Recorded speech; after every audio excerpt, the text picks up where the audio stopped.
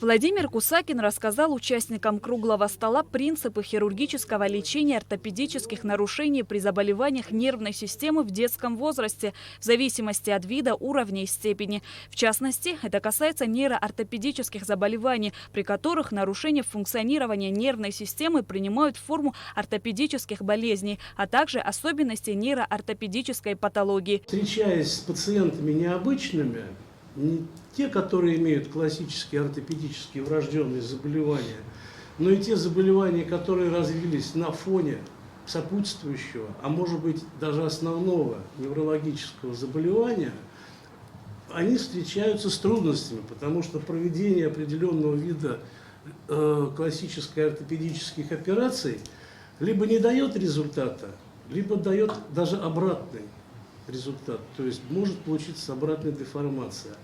И поэтому определенные специалисты стали разрабатывать новые подходы в лечении больных, и это сложилось как вот такое направление нейроортопедия. Во встрече приняли участие абхазские врачи, детские неврологи, ортопеды, врачи ЛФК, реабилитологи. Они получили знания о современных методах правильного проведения хирургической коррекции ортопедических нарушений у детей с заболеваниями нервной системы. На таких круглых столах видишь, что насколько далеко шагнула детская ортопедия, реконструктивная операция, которую они проводят, они на голову выше, я думаю, чем то, что, по крайней мере, я видел. Мышцы на конечностях тоже, даже, например, при ДЦП проводят удлинение сухожилия ахиллова, у них абсолютно другой подход.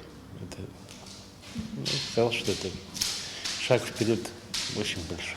Научно-практический центр детской психоневрологии уже больше 3 лет является клиникой-партнером культурно-благотворительного фонда «Ашана» и одним из лучших государственных бюджетных учреждений здравоохранения Москвы. На сегодняшний день из Абхазии в клинике уже успели получить необходимое лечение более 25 детей. Когда он обратился с предложением провести круглый стол на заданную тему, мы с большим удовольствием приняли приглашение и помогли в организации.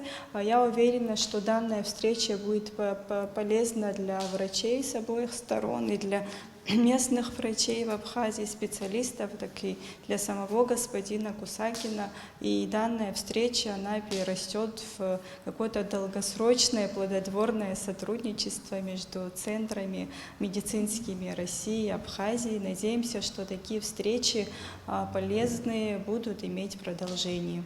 В ближайшее время культурно-благотворительный фонд «Ашана» совместно с Международным фондом АПСНы планирует пригласить в Абхазию одного из ведущих ортопедов Армении Авсепа Даниэляна. Шазина Ханагуа, Инала Гухава, Абхазское телевидение.